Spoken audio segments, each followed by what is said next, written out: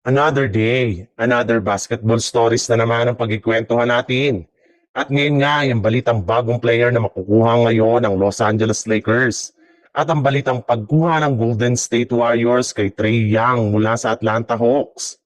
Ayon nga sa isang source, isa o dalawang 3-and-D player nga ang balak na kunin ng Los Angeles Lakers sa trade market. Pansin nga ng Lakers na sobrang lamya ng kanilang depensa ngayon since hindi nga nila nasasabayan ang pisikalidad ng kanilang mga kalaban ng mga nagdaang araw. Plus halos rin naman nga ng lahat ng kanilang mga manlalaro ay hirap na maipasok ang kanilang mga ginagawang 3-pointer. Ibinulgar na rin naman nga ng isang NBA insider na meron na nga daw dalawang manlalaro ang binabantayan at gusto nang makuha ngayon ng Lakers sa trade market. At eto nga ay sina Andrew Wiggins ng Miami Heat at Derrick Jones Jr. mula sa Los Angeles Clippers.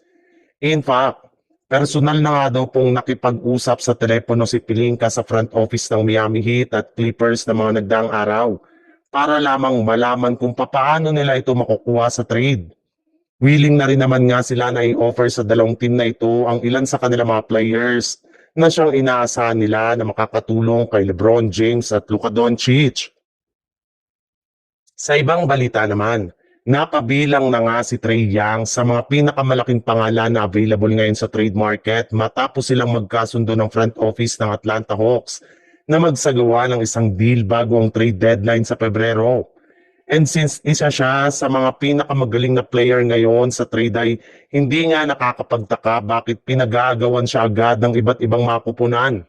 At base nga sa ibinulgar ng isang NBA insider, kabilang nga daw sa mga team na posibleng makipag-agawan sa pagkuha kay Trae Young mula sa Atlanta Hawks ay walang iba kundi ang Golden State Warriors na hanggang ngayon ay hindi pa rin nasusolusyonan ang problema sa kanilang lineup sa patuloy nila na pagkatalo.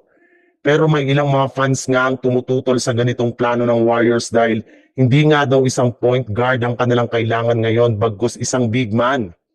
Napakarami na rin naman nga silang guard ngayon sa kanilang lineup at kung kukunin pa nga nila ito ay mas lalo lamang ang lilit ang kanilang mga panlalaro at mas lalong hihina ang kanilang depensa at pisikalidad na siyang magiging kahinaan ulit ng kanilang kupunan.